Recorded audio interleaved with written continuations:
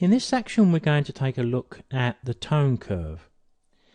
I wonder if I'd be right in saying that generally speaking I don't think many photographers use this a great deal.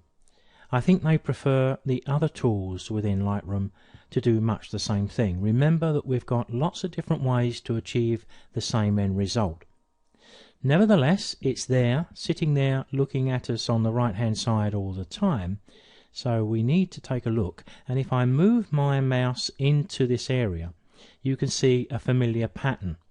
If I bring my cursor right down to the bottom, if you look at the little tip down at the bottom center of that box, it's saying shadows.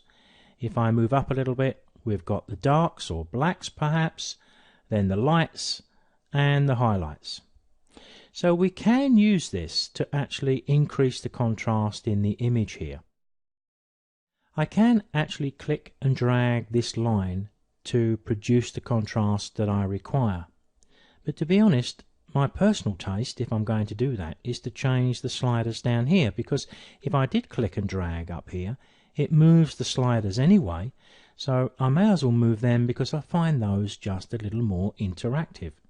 So if I start to move the lights and darks, I get much the same effect by dragging the line, but I think, or I feel, I just have a little bit more control. If you've been a Photoshop user and you're used to the Photoshop curves, if you click the icon down at the bottom right, you can edit directly onto the curve line like you can in Photoshop. And in addition, we also have an adjustment curve by clicking and dragging into the areas we want to change. And we've seen this as the targeted adjustment tool with our hue, saturation and luminance sliders, amongst others. Just variations on a theme. If I just for the moment double click and reset those, in this little option here we do get the opportunity to choose medium contrast or strong.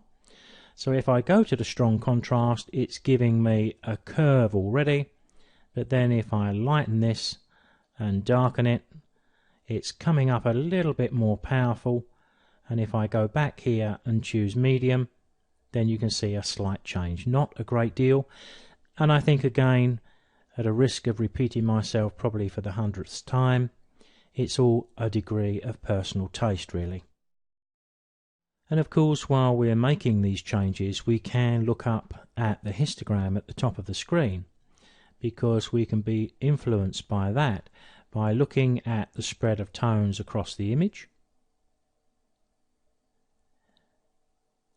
And at least we can be sure we've got as much contrast into the image as we possibly can without starting to burn out any of the highlights. The tone curve